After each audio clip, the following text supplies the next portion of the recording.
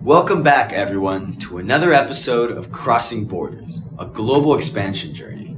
I'm your host, William, and today we're embarking on a fascinating exploration into China's complex media environment. This episode is crucial for businesses looking to engage with the Chinese market, where the media landscape is vastly different from what many of us are accustomed to. We'll dive into the challenges, strategies, and success stories of navigating this unique terrain. Joining us today are Tommy from Singapore, aiming to expand his company globally, and Alexi, our Chinese media expert. Let's get started. The Chinese media environment is a labyrinth of regulatory standards, fast-paced digital evolution, and deep cultural nuances. Alexi, before we delve deeper, could you introduce yourself to our listeners? Of course, William. I'm Alexi, deeply involved in the Chinese media landscape. Over the years, I've navigated the intricacies of this market, from the tight regulatory frameworks to the booming digital platforms that dominate daily life here. My role has evolved from an observer to an active participant, helping foreign businesses understand and effectively engage with the media in this unique ecosystem. It's a pleasure to share my insights today. Thanks, Alexi. So as an expert in this area, could you give us an overview of what makes China's media environment so distinctive? Certainly, William. China's media landscape is indeed unique. It's characterized by its strict regulatory framework and a highly digitalized consumer base. Platforms like WeChat and Weibo are not just social media sites. They're integral to everyday life, serving as platforms for news, commerce, and social networking. The government plays a significant role in regulating content, which means businesses need to navigate carefully to avoid any missteps that could jeopardize their presence in the market. Wow, that sounds like a tightrope walk. Tommy, as someone looking to enter this market, what are your main concerns? Navigating the regulatory maze without losing our brand essence, William. I'm curious about striking the right chord with Chinese consumers while respecting the local regulation and the cultural contexts. Yeah, that makes sense. So let's tackle these challenges head on. Alexi, what's your advice for businesses facing China's stringent regulations and censorship? Well, it's all about adaptability and local insights. First off, understanding the legal landscape is non-negotiable. Aligning with local experts not only helps navigate these waters, but also ensures that your messaging resonates culturally. It's not uncommon for international brands to falter by misreading local sentiments. Secondly, expect to pivot. China's digital policies can evolve quickly, demanding agility from businesses to stay compliant and relevant. Navigating these challenges of entering China's market goes beyond just understanding the regulatory framework. Culture plays a pivotal role. Alexi, can you expand on the cultural differences that foreign businesses need to be mindful of?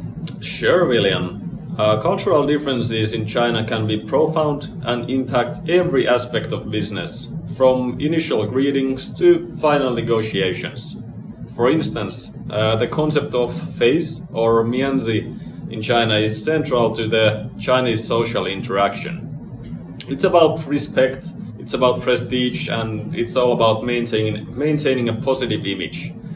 Foreign businesses must be careful in their communications and actions to avoid causing embarrassment or loss of face for the Chinese counterparts. This extends all the way to media engagement, where messages need to be crafted carefully to ensure they're respectful and culturally sensitive. But how do these cultural nuances affect regulatory challenges? Well, the regulatory environment in China is deeply intertwined with cultural expectations. For example, content that might be considered harmless in the West could inadvertently violate social norms or values in China, leading to regulatory repercussions. Additionally, the importance of harmony in Chinese culture means that any content that could be perceived as disruptive or divisive is likely to face strict scrutiny. It sounds like a delicate balance. Any advice for businesses on how to navigate these waters? Well, William, the key is in-depth research and genuine cultural immersion. Understand the why behind the cultural norms and values. Engage with local experts, not just for legal compliance, but to gain a deeper understanding of the cultural context. Also, you need to tailor your media strategy to reflect this understanding. For instance, when promoting products or services, highlight how they align with or respect Chinese values and traditions. You also need to remember it's not just about avoiding missteps. It's about demonstrating respect and understanding for Chinese culture. So respecting and integrating into the culture fabric is as crucial as navigating the legal landscape, you would say. Absolutely, William. Success in China doesn't come from merely adapting to regulations, but from weaving your brand into the cultural and social context of the country. It's about building long-term relationships and trust, which are a foundation of the business's success in China. Companies that approach the market with this mindset are the ones that navigate the challenges most effectively. Understanding the culture and regulatory nuances is crucial.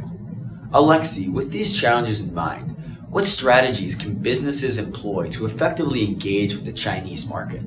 Well, given the importance of cultural respect and regulatory awareness, effective engagement in China requires a multi-layered approach. First and foremost, businesses need to localize their content. This means more than just language translation. It involves tailoring your messaging to resonate with Chinese cultural values, traditions, and consumer behaviors. For example, integrating elements that reflect Chinese aesthetics, values, or festivals can make a brand more appealing and relatable to local consumers. Could you elaborate on the role of digital platforms in these strategies? Sure. Digital platforms are the heart of China's media landscape.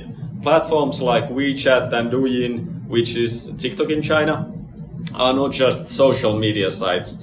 They are comprehensive ecosystems that facilitate everything from social networking to e-commerce. Engaging with these platforms effectively requires a nuanced understanding of their features and user behaviors. Creating platform-specific content that leverages these digital behaviors can vastly improve engagement rates.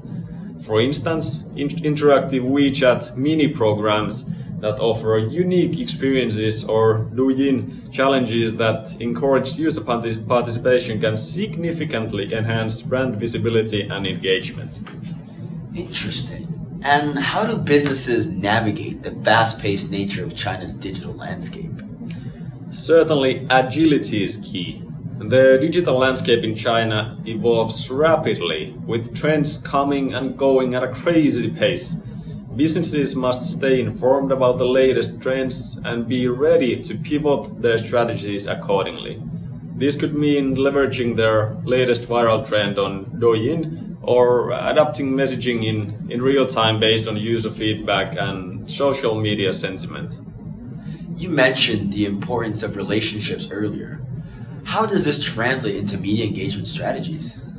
Well, building genuine relationships is essential, not just with consumers but also with local influencers or key opinion leaders called KOLs.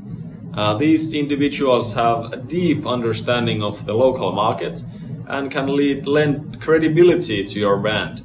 Collaborating with KOLs should be done in a way that feels authentic and respects their connection with their audience.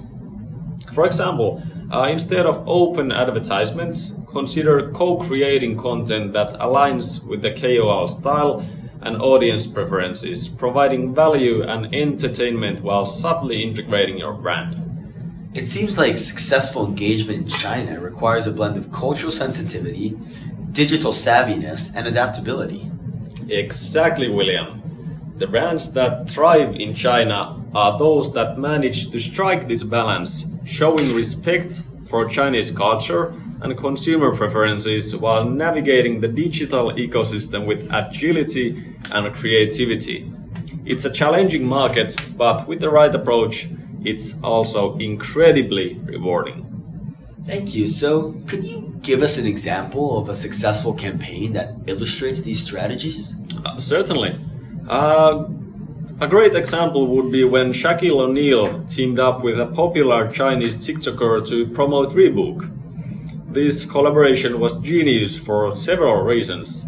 First off, Shaq is a well-loved figure in China, and by partnering with a local influencer who has a massive following on TikTok, Reebok was able to tap into the influencer's credibility and reach. The campaign was localized, it featured humor and cultural references that really appealed to the Chinese audience. It showed a deep understanding of the market, leveraging both the global appeal of a basketball legend and the local influence of a Chinese TikToker to create a buzz around their brand. This dual approach, combining international star power with local influencer reach, is a powerful example of how to navigate China's media landscape effectively. Thank you, Alexei. So today's discussion has been incredibly insightful, shedding light on the complexities of China's media landscape and how businesses can successfully navigate it. We've learned about the importance of understanding regulatory challenges, localizing content, and the value of leveraging local partnerships and influencers. Alexei, any final words of advice for businesses looking to expand into China? To conclude, you need to stay adaptive, you need to respect the cultural and regulatory environment, and always look for opportunities to learn and grow within this dynamic market. Success in China is not just about selling a product, it's about integrating deep into this society. Thank you, Alexei and Tommy, for joining us today, and to our listeners for tuning in. We hope you finally found this episode enlightening and that it helps you on your journey of crossing borders and expanding your businesses into new territories.